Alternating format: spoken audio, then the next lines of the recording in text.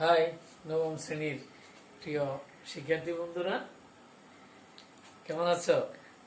নিশ্চয়ই ভালো। তোমাদেরকে আজকে সাধারণ গণিত ক্লাসে আমন্ত্রণ জানাচ্ছি। তোমরা লক্ষ্য করবে যে মা বাবা, ভাই বোন এই জাতীয় দুইজনের মধ্যে আমরা একটা সম্পর্ক চিন্তা করি, জানি, তাই না? এভাবে যদি আমি বলি যে বাংলাদেশ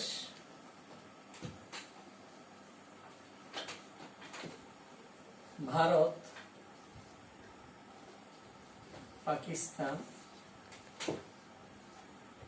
আমি দেশের নাম লিখলাম, তাহলে বাংলাদেশ রাজধানী কোথায়?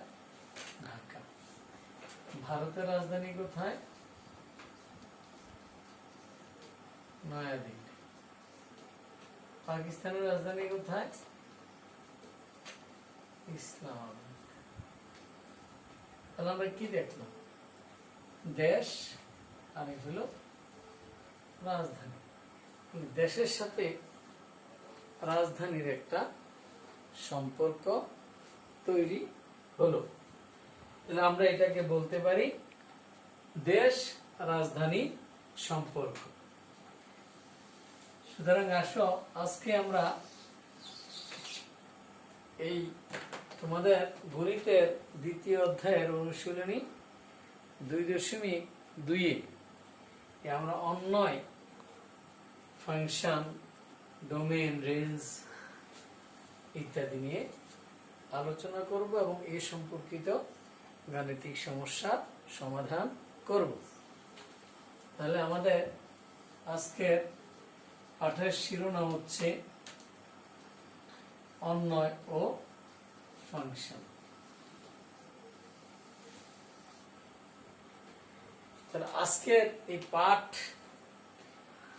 শেষে তোমরা কি কি শিখন ফল অর্জন করবে সেগুলো আমরা একবার দেখে নিই। অন্যয় ও ফাংশন ব্যাখ্যা করতে ও গঠন করতে পারবে। ডোমেন ও রেঞ্জ কি তা ব্যাখ্যা করতে পারবে।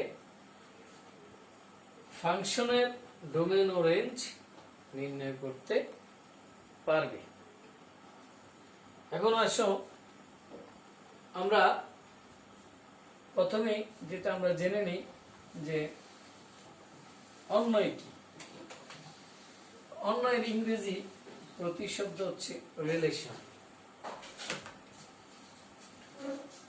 একটি সেটের কোন কোন সদস্যের সাথে অপর একটি সেটের বা এই একই সেটের কোন কোন সদস্যের মধ্যে যে সম্পর্ক, সেই সম্পর্ককে বলি আমরা অন্যয় বা রিলেশন।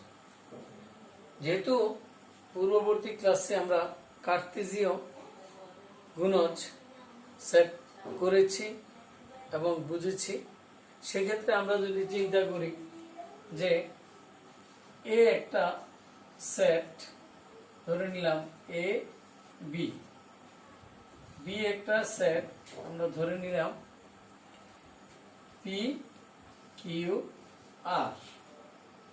কারণ বন্ধুরা জানো তোমরা যে আমরা যদি কার্তেজীয় গুণজ করি তাহলে এ ক্রস বি,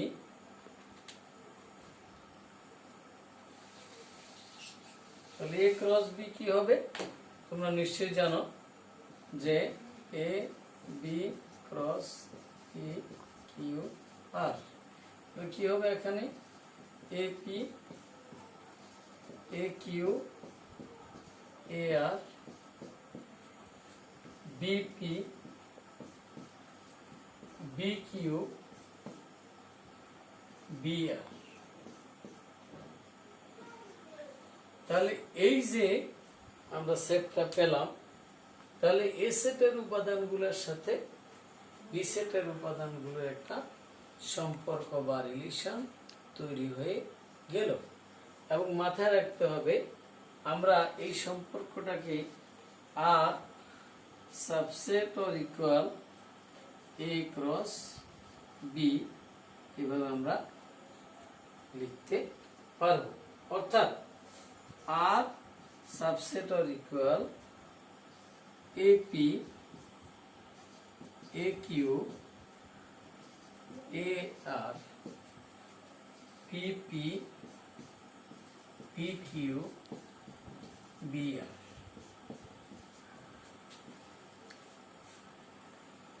এখন আমরা এই সম্পর্কটাকে যদি আমরা আর হিসেবে আর ইজ ইকুয়াল দিয়ে দিলাম, আর ইজ ইকুয়াল, তাহলে আর এই যে ফার্স্ট ব্র্যাকেটের ভিতরে যেগুলো তোমরা দেখতে পাচ্ছ এখানে প্রত্যেকটা হচ্ছে আর এর এক একটা উপাদান, মানে আর অন্যয়ের উপাদান।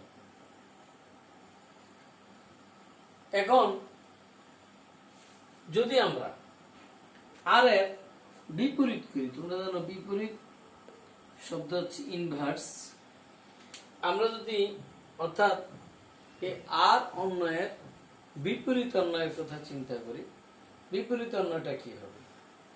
যদি আমরা এই যে আমরা ক্রমজ দেখছি, এটা প্রথম উপাদান, এটা দ্বিতীয় উপাদান, প্রথম উপাদান দ্বিতীয় উপাদান, প্রত্যেকটা আমরা যদি প্রথম উপাদানকে দ্বিতীয় উপাদান আর দ্বিতীয় উপাদানটাকে প্রথম উপাদান হিসেবে বিবেচনা করি এবং সেভাবে যদি আমরা পরিবর্তন করে লিখে ফেলি, তাহলে এটা কি হবে?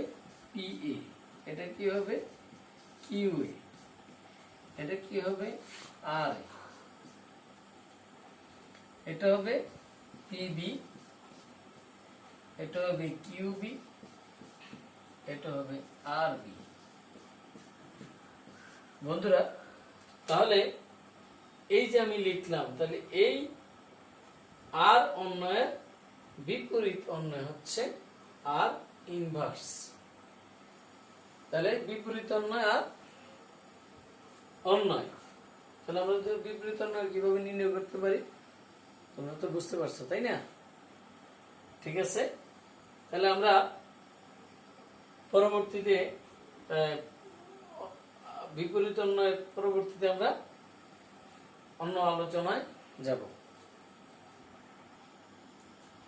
তাহলে বন্ধুরা, আমরা একটু আগে যে বিপরীত অন্যয় এবং অন্যয় দেখেছি, এবার দেখো তোমরা আমরা সেই অন্যটাকে লিখেছি।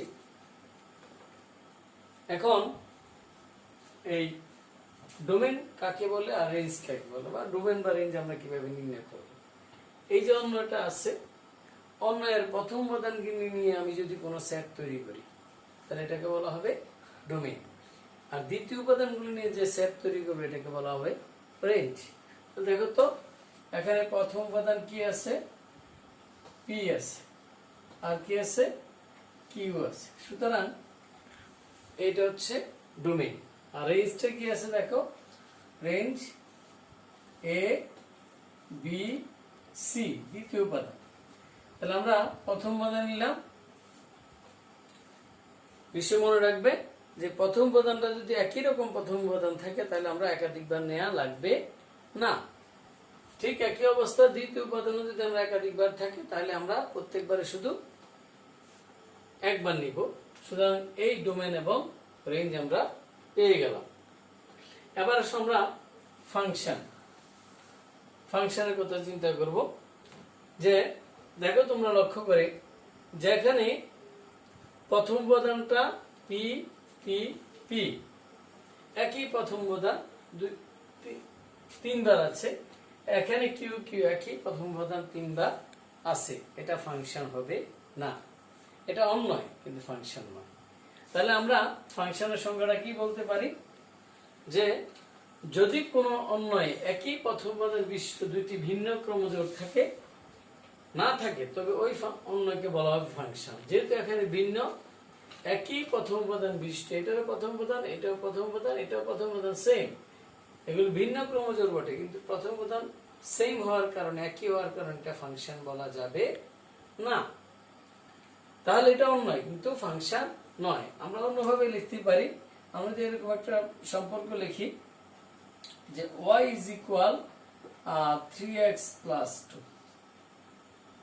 লক্ষ্য করো তোমরা, x এর যদি আমি একটা মান 1 ধরি, তাহলে 3 আর 1 এ গুণ করলে 3 plus 2, মানে y is equal কত হবে?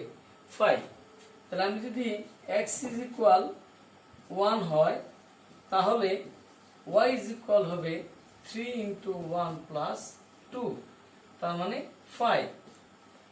বন্ধুরা ভালো করে একটু লক্ষ্য করো, যদি তোমার x এর একটা মানের জন্য আমরা দেখছি কি y এর একটা মানই পাওয়া যাচ্ছে, যেহেতু x এর মানটা আমি স্বাধীনভাবে যে কোনো ভাবেই আমি যে কোনো সংখ্যা ধরতে পারি, সুতরাং x টাকে বলা হবে স্বাধীন চলক। আর y এর মানটা যেহেতু x এর মানের উপর নির্ভর করতেছে, x এর মান আমি 1 বসাইলাম, y এর মান হলো 5, বাট x এর মান যদি আমি 2 বসাই, 2 হয়, তাহলে y ইজ ইকুয়াল হবে 3 ইন্টু 2 প্লাস 2 মানে 8। এ থেকে আমরা কি দেখলাম যে x এর যে কোনো মানের জন্য y এর একটা মাত্র মান পাওয়া যাচ্ছে, x এর একটা মানের জন্য y এর একটা মানই পাওয়া যাচ্ছে। তাহলে এই যে x এবং y এর মধ্যে আমি একটা সম্পর্ক তৈরি করলাম, এই সম্পর্কটাকে বলা হবে ফাংশন।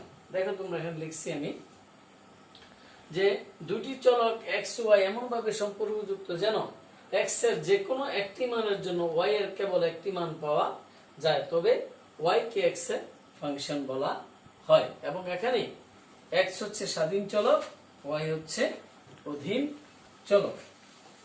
এখন বন্ধুরা যে যদি ফাংশন হয়, এখন ফাংশনের এখানে একটা এক এক ফাংশনের একটা ব্যাপার আছে, এক এক ফাংশন। তো এক এক ফাংশন কি, যে দেখো আমি যদি একটু আগে যেটা তোমাদেরকে ঢাকা, বাংলাদেশ দেশ এবং রাজধানীর মধ্যে সম্পর্ক তৈরি করেছিলাম, এবং যদি আমি একটা সম্পর্ক তৈরি করি যে x y z, আমরা একটু আগে বলেছি যে এটা হচ্ছে ডোমেইন, এটা হচ্ছে রেঞ্জ, তাই না? এখন আমরা অথবা এটাকে যদি আমরা বলি যে প্রতিচ্ছবি, তো সেক্ষেত্রে আমরা কি করি, যদি এরকম একটা যে x এর প্রতিচ্ছবি a, y এর প্রতিচ্ছবি b, z এর প্রতিচ্ছবি c হয়, তাহলে আমরা দেখতেছি কি ভিন্ন ভিন্ন সদস্যের প্রতিচ্ছবি ভিন্ন, তাই না? ডোমেইন রেঞ্জ প্রত্যেকটা ভিন্ন। তাহলে এই যে ভিন্ন, এই যে সম্পর্ক, যদি আমরা বলছি এখানে যদি কোনো ফাংশনের অধীনে তার ডোমেইনের ভিন্ন ভিন্ন সদস্যের ভিন্ন ভিন্ন প্রতিচ্ছবি হয়, তাই না? ডোমেইন রেঞ্জ, ডোমেইন প্রতিচ্ছবি। দেখো তাহলে এইটাকে বলা হবে এক এক ফাংশন। তোমরা কি বুঝতে পারছো? এক এক ফাংশন। এখন আসো যদি এরকম হয়, আমি যদি এরকম লিখি যে x y z লিখলাম বটে, এখানে যদি আমি লিখি a a c, তাহলে আমার এটা দুইবার লেখার প্রয়োজন নেই। এখন দেখো x এর y, x এবং y ডোমেইনের প্রতিচ্ছবি কি হয়ে গেল? সেম হয়ে গেল। সুতরাং এক্ষেত্রে এটা এক এক ফাংশন নয়, এখানে কি হবে? এক এক ফাংশন হবে। আসো আমরা এবার তোমাদের অনুশীলনীর সমস্যা নিয়ে কথা বলি, সমাধান করি। তোমাদের মূল বইয়ের অনুশীলনী 2.2 10 নম্বরের যে সমস্যাটা দেয়া আছে, দেখো এখানে a এবং b এর মান দেয়া আছে।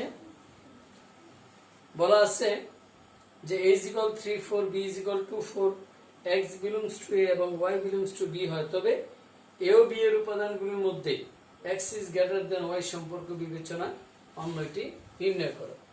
আমরা a এর মান b এর মান লিখলাম, অন্যটাকে বললাম যে কি x এবং y, where x belongs to a এবং y belongs to b এবং x is greater than y। তাহলে আমরা ক্রমজোর কার্তেজীয় গুণজ করে ফেললাম। আমরা এখানে কি পেলাম? চারটা উপাদান পেলাম, 3 2 3 2 3 4 4 2 এবং 4 4।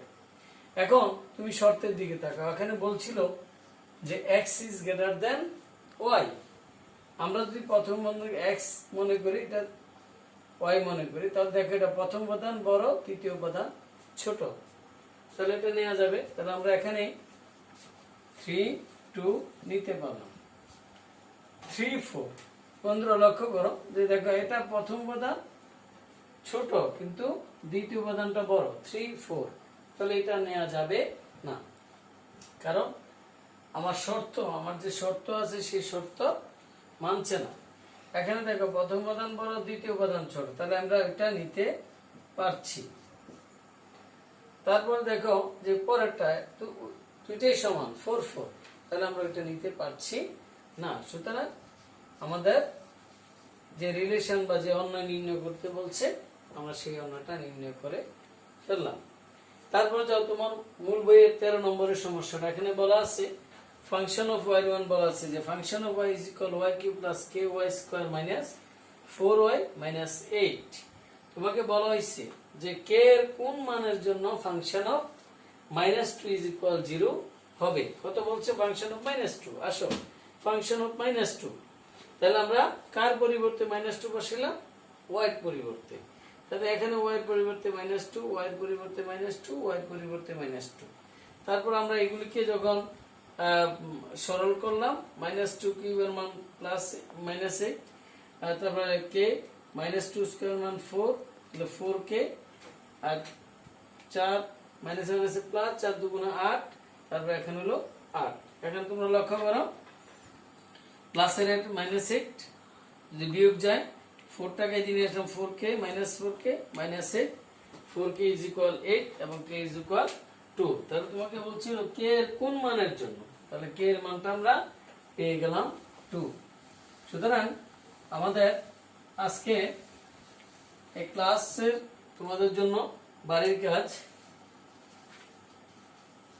তোমাদেরকে প্রত্যেকটা ক্লাসে আমি কিছু বাড়ির কাজ দিচ্ছি, তোমরা নিজের অবশ্যই কাজগুলি করে ফেলবে। অনুশীলনী 2.2 এর। সুতরাং তোমাদের এই বাড়ির কাজ তোমাদের জন্য অবশ্যই সহায়ক ভূমিকা পালন করবে। তোমরা ভালো থাকবে, সুস্থ থাকবে, তোমাদের জন্য নিরন্তর শুভকামনা। আমার জন্য দোয়া করবে যাতে আমরাও সবাই সুস্থভাবে থাকতে পারি, ভালো থাকতে পারি। সবাইকে ধন্যবাদ জানিয়ে আজকের ক্লাস এখানেই সমাপ্তি ঘোষণা করলাম। আল্লাহ হাফিজ।